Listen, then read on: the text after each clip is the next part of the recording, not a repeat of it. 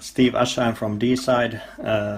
You have a new album coming out in September, I think, Overtures of Blasphemy. So congratulations, it's finally finished. Thank you. So I just listened to the album. I got it for the interview, and like your band is familiar with, it sounds very, very angry and heavy as usual. So how do you feel about the new album now that it's finished? Yeah, well, we're very excited that it's finished. Like I said, it's heavy and angry, and we feel it was another pretty good addition to the catalog. It should be an instant classic Deicide that people can instantly recognize as being us, and hopefully they like it. We've been we all feel pretty good about it. We all think it's quite heavy, so hopefully everyone thinks so too. Yeah, and obviously it's been 4 years, I think, since In the Minds of Evil album, so it took a while to finish the album. So was it because you wanted the album to be perfect and you worked on the songs a long time, or what was the reason for these years in between? Yeah, well, we did kind of, we did want to make sure that it was right, because we had an opportunity to go record it at an earlier point, but it was like, you know what, I don't think we should. These songs are just not ready yet. Let's put it off and make sure the songs are right. So yeah, we did intentionally take some time to make sure that we're right. And there were a couple of little scheduling things that got in the way here and there, but that was not it was not terrible, because it just gave us that more time to make sure everything's going to be right, and I think that was important this time. It's easy to just throw a record together because you're under a budget constraint or whatever, but we didn't have a lot of that issues this time. We were able to give it its time and put the time into it and make sure it was everything we wanted it to be. Yeah, so were there many sessions in different time periods that you worked on it, or was it just, a one long process?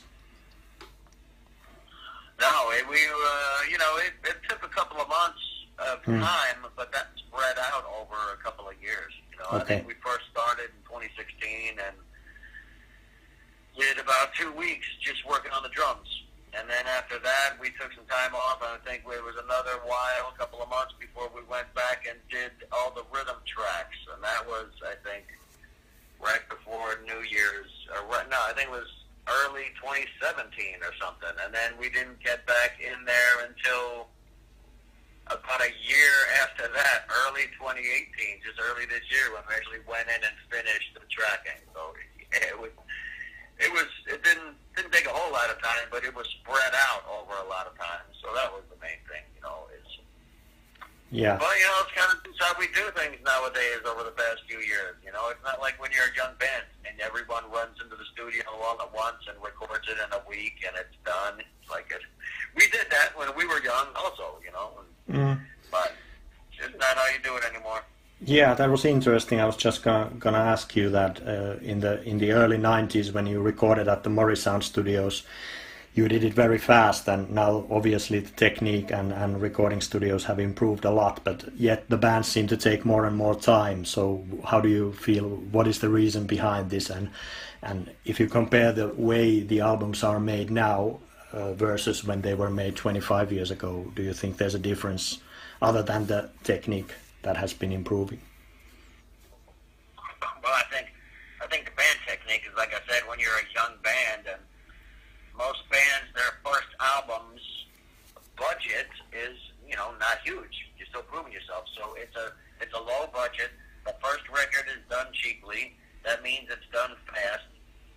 Some albums are done in a day. The first Black Sabbath record, don't they do that in a day or a week or whatever? Yeah. And the first Deep Purple record, done in a week. And the first whatever record, they're done fast and cheap, but somehow they become classics. They sound amateurish and like cheap shit, but they still resonate with people forever, And so that's the case with us. And then, like you say, if you're in a band that's around for 30 years, I mean, you just don't have that. You don't have that sense of urgency that you had when you're fucking 19 or whatever. It's like you want to take your time about things to make sure you get it right. It's like, and you're not confined by tiny budgets, and you don't care if someone's breathing down your neck. You're not intimidated by a label like when you're a kid. Like everything is more up to you and at your leisure. You're the artist. Do it when it feels right and that kind of thing. So it's like as your attitude matures, as you get older, you approach things differently, and recording is definitely one of them. But one of the things that I think hasn't really changed with Deicide is that the anger and the oppose of Christianity, that hasn't changed at all, and the new album sounds even angrier than many of the previous ones. So how do you keep up, though, although you are getting older, like you said, how do you keep up the anger, or is it something that just comes from the inside? You don't have to think like, okay, I have to feel angry to write a song. It just comes out. Yeah, no, it's not. Like I say, we're older, but like we still were, we were programmed young with that anger. So even Glenn, talking to him now, he's like, man, I'm older, but I am more hateful now than ever. Yeah, I know. True. And even me now, playing drums, it's like some things just come naturally, and writing angry, pissed off, aggressive music is just one of the things that comes naturally to all of us, I guess. It's what makes us us, and what makes the band work the way it does.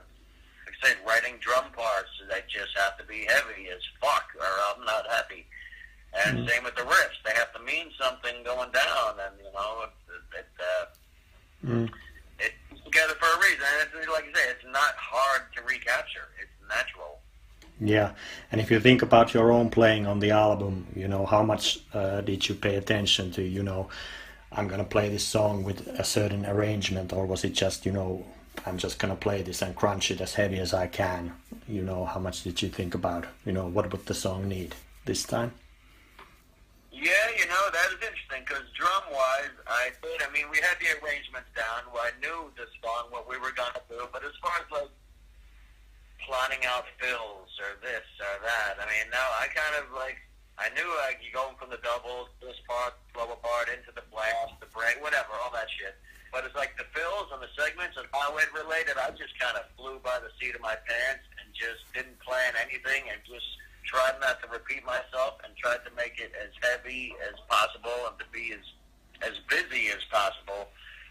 And like I said, if I thought I was repeating something, I would just add something next to it the next time around and just keep it active and fucking make it heavy as possible. Lots of fills, lots of chops, lots of doubles, lots of crazy shit to listen to. Yeah. Did you again play guitar as well on the album, or? I did play some guitar on the record. I played some rhythms for the songs I wrote. So, okay. It's fun to do that too. Yeah. So how do you think, as opposed to you playing a guitar, how does it influence the way you approach drumming, or is it just something that you love to do and fits the songs? No, I love it, both. And like I said, once you're doing both, it's easy to separate the, like when I'm playing the drums, I don't worry about the guitar. When I'm playing the guitar, I don't have to worry about the drums because it's already done, So, like, I know what I need to do, and then I can do it, and then I know what else I need to do, and I can do that too. So it's just, I'm happy to put the two skills to an effective use. Yeah. And speaking of the songs of the new album, I noticed it's a very direct album with the songs that stay under or a little over 3 minutes, so they are not lengthy at all. And it seems like it's a bit like Once Upon the Cross album in that sense. So did you think at all, okay, now we're going to return to the roots, or was it just, these are the songs and that's the way it goes? Sort of faster. Yeah. I thought it was like, let's just, let's get enough parts, let's not overdo, we don't need a million parts, we just need some good parts, and let's maintain one idea. We won't need 3 darn ideas, it's not a book, it's a song. It's like, let's just make it effective, and when we can go a few rounds, and it feels complete, we've hit all the marks, it's done. And then we will see how long it is, If it's around 3 minutes, then good. If it's, and that's usually about all we need. 3.5 minutes is pushing it. 2 minutes and 45 seconds. That's a little too short. But if the song works effectively and it's complete, it's like, why artificially stretch it just to say it's longer? Exactly, yeah. Yeah, true. So we kind of just let songs have their life, and we look at the clock, you know. Yeah, that's true. So I remember from my youth, which was the early 90s, Deicide was a very feared band in Finland, at least, you know, and just wearing a patch of Deicide in your clothes made a lot of people, you know, step from to the other side of the road, and association to Satanism was immediate. And you know, obviously with Glenn having the cross upside down in his forehead and his suicide talk and whatever which was on the papers was influencing to that. So if you look back on those years, you know, almost 30 years ago, do you feel like Deicide has succeeded in this mission, or how much of the image has been part of your success as opposed to the musical side of it?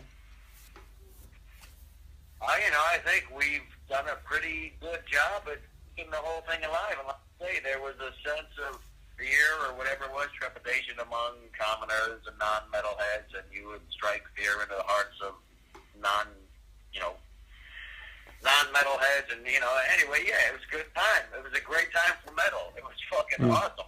And, you know, and that thing kind of still goes now. I mean, people are still skittish. People a little more easily offended, so it's like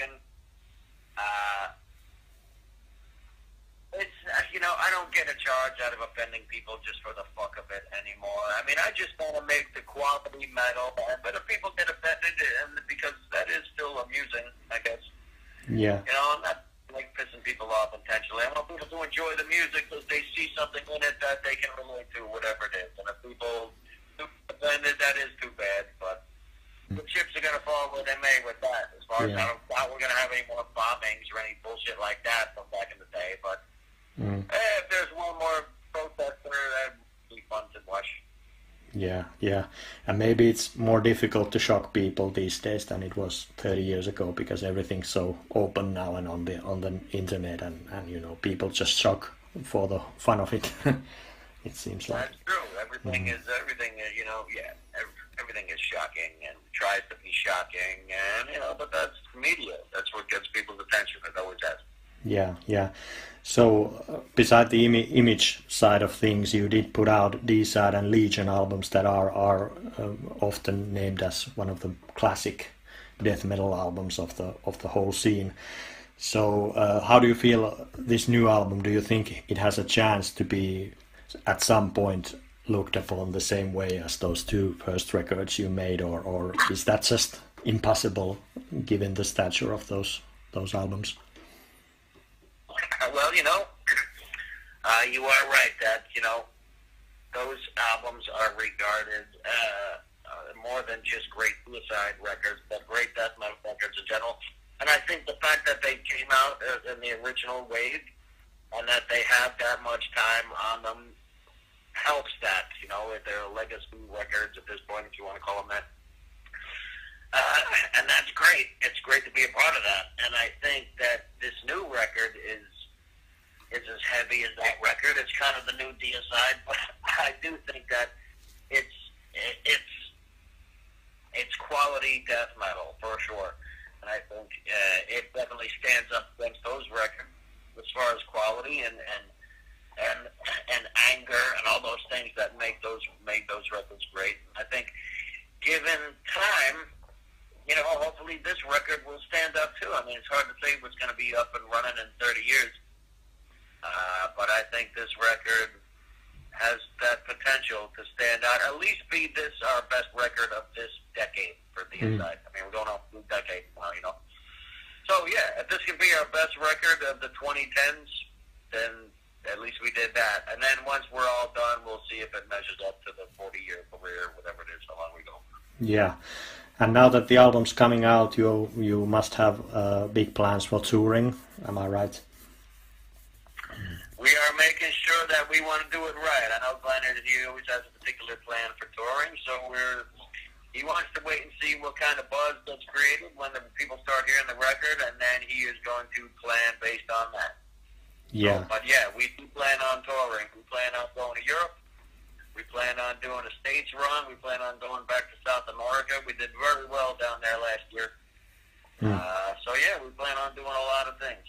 And and hopefully Scandinavia and Finland as well, because I think the last time Deicide played was it 2011, I think, when you were here last time. So it's been a while.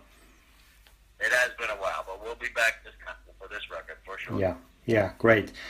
So thinking about playing live on stage for 1.5 hours, how do you approach it? Are you conscious on stage thinking about, okay, I'm playing this, or can you enjoy the moment still when you're playing live? Like, okay, now I'm just feeling it, or do you have to really concentrate on giving the songs the treatment that they deserve? I know. I like to get right in the moment, like I say, and enjoy it. Really feel the song, be the song, create it, push it out to everyone, and make sure I'm right in tune with the other guys on stage, that we're making it sound fucking awesome, that people are hearing it, you know. It's like I like to make sure we're all nice and tight, you know, that we're all meeting each other on the marks, and that the leads are on, and that is fucking... Like what I like to pay attention to now, which I know is like making sure the songs aren't rushed or being played too fast, which is easy to do. Like I like to listen to the vocals, make sure he has time, that he's not singing too fast or rushing the words or gasping for air, shit like that. Like give everything time and space to sound fucking awesome. That's what I'm into nowadays. Yeah. How hard is it a Deicide show these days physically, or how much work do you need to stay in shape when you tour?